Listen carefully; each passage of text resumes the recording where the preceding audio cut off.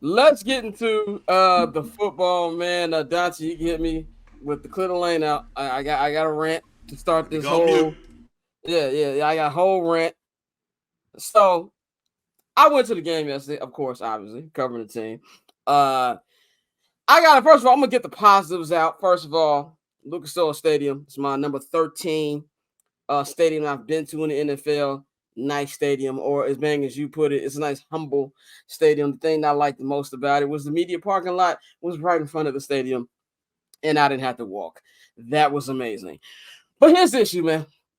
We're already this is week 4. Week 4 begins this week, and we're already very close to DEFCON 1.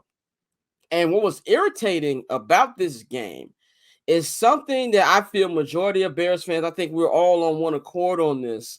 I didn't see much debating on this in the offseason and outside of the Caleb Justin wars was we all felt like Matt Eberflus should have been fired. I think that was something we all felt. Now I, along with my guy Adam Johns of the Athletic, we both said in October, November-ish of last year, we don't think this guy's getting fired.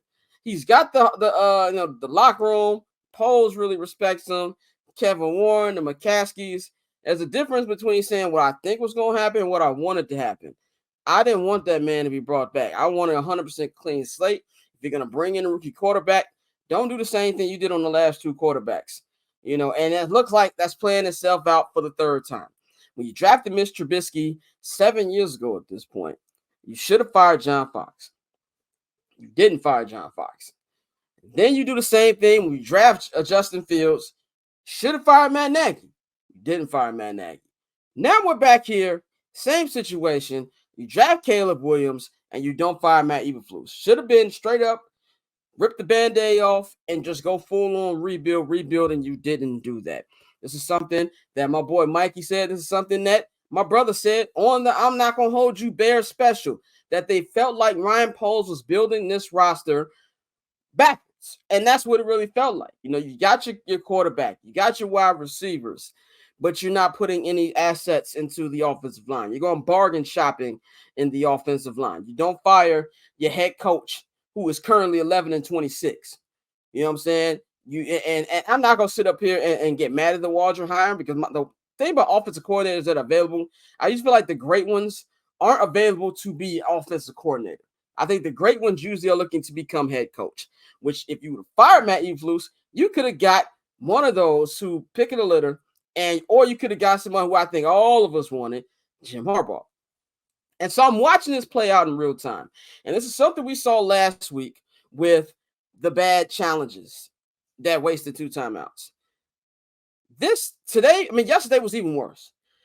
When you score a touchdown, Caleb Williams gets his first touchdown of his career. Roma Dunze gets his first touchdown of his career.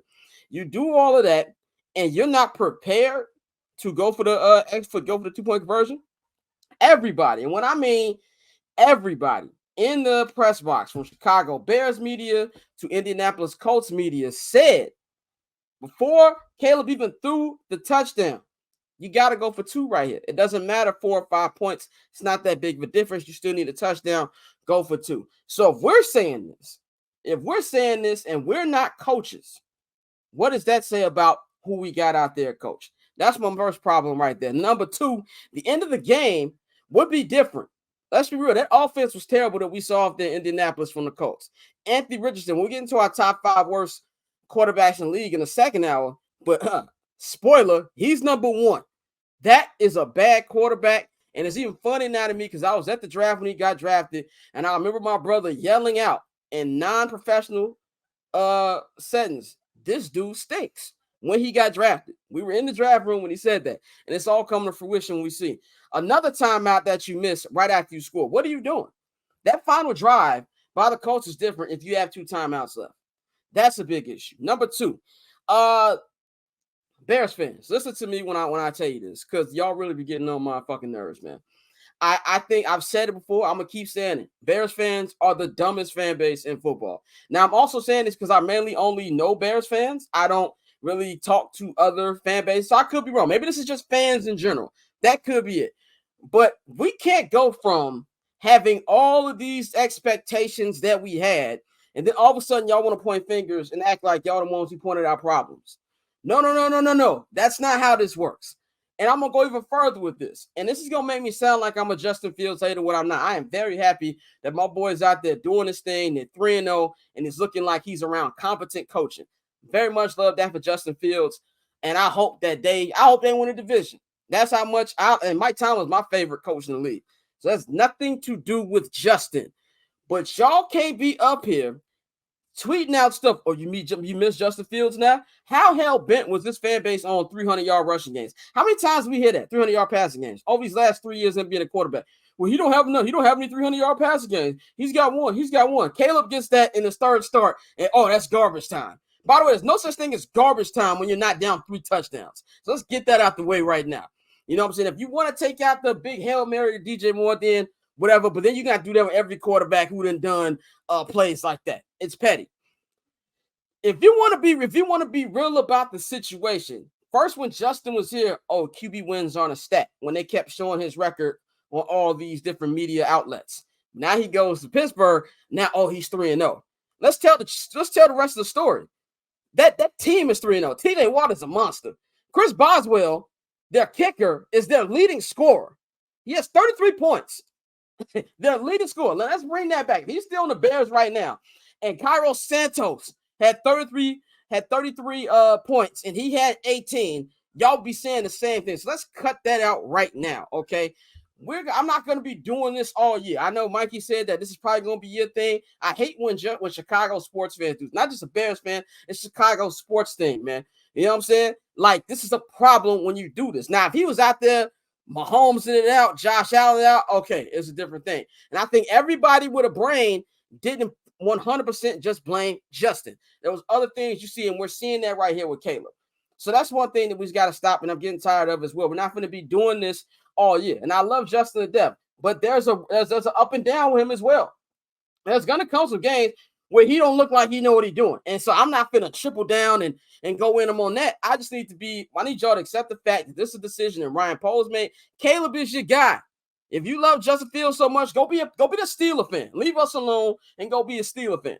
So that's another part of it. I'm gonna go even further this when it comes to looking at things the way it's supposed to be looking to them. I'm not a moral victory guy, and I don't even think this is a moral victory. I think you're blind if you don't see the small incremental process that Caleb Williams is making. That Roma Dunze impressed me more than anybody last night because he really looked like he didn't know he was at these first 2 games. And you come off of scrutiny from these quarterbacks who, and no disrespect, aren't starters, were never starters in the NFL, going ahead telling you what you're doing. And I like Darren Orlovsky stuff. I like some of what's my man's name? Daniel, who's played for the Bears. His name is escaping me. Chase Daniel. But y'all can't be out here doing this. Like Kurt Warner can say stuff like that. Kurt Warner, 2-time MVP, Super Bowl champion. I don't want to hear that from y'all. And he went out there and dominated. I better hear some apologies to that man. He's a rookie. You know what I'm saying? Caleb Williams, I'm not going to sit up here and say he had a perfect game. Well, to me, it wasn't a good game. If I had to grade him, I'll give him a C-. I'll give him a C-. But it comes to coaching. Why is your rookie quarterback throwing the ball 53 times? He didn't even know he threw the ball that many times. We asked him the question in a press conference. He was like, I threw it 50 times? That's an issue. You're relying too much on your rookie quarterback and put in positions that he can't go. But I got to give him love that because he's backing it up. He had a bad first half. Second half, he comes out, he's looking really, really good. 2 touchdowns. He probably should have 5, but niggas had butterfingers in the first 2 games. I like the improvement that we're seeing from this kid, and it feels like he's getting it. That's not a moral victory. That's just the facts. And this is the thing I'm going to close down with, and I'm going to give it to my esteemed panel here. If I see one more y'all niggas blame the defense, I'm going to lose it. They can't be perfect. They held a great team in the Houston Texans to 1 touchdown last week. You know what I'm saying? This team only scored 21 points until you actually gave them the ball at the in the red zone, which I don't blame Caleb for. I blame Shane Waldron and Matt Eberflus having a tight end guard an edge rusher. What are we doing? That's something that this defense can't be perfect. They're doing better than I thought in the first 3 games of this season. There's going to come a time in this season Well, the defense is just not gonna have a good game. That's what happens. Do you think this offense is gonna take them out? I don't know. And I think at this point, for me personally, I'm not gonna tell nobody how to fan. For me, I'm changing my expectations a little bit until I see something improvement wise in these next 5 games. Because these next 5 games are quote unquote winnable games. And I say quote unquote because all 5 of those teams are looking at the Bears as a winnable game. You got the Rams at the crib this week. You got the Panthers next week at the crib. And you go to London to play Trick Off Trev and the Jags. Go on the road to play the Commandos in Washington. And then you go to Arizona to play man and them niggas over there in the Cardinals. Then the schedule gets hard. Then you got your division twice. And it looks like the Vikings are actually good, which we'll talk about in the second now. You got to deal with them. Then you got to deal with San Francisco. Then you got to deal with Seattle. You're going to get your head cracked if this offense isn't at least respectable by then. And the problem here, Ryan Poles, love what you've done, but this type of stuff right now, we're going to have to start looking at you and taking at you accountable because the way you built the team. So cool. Triple double hat trick, I know the code too. Ice trade, go for trade, yeah we cold too. Getting paper on these player haters, old news. Money on the other line, so I'm not gonna hold you. Money on the other line, so I'm not gonna hold you. Money on the other line, so I'm not gonna hold you. Money on the other line, so I'm not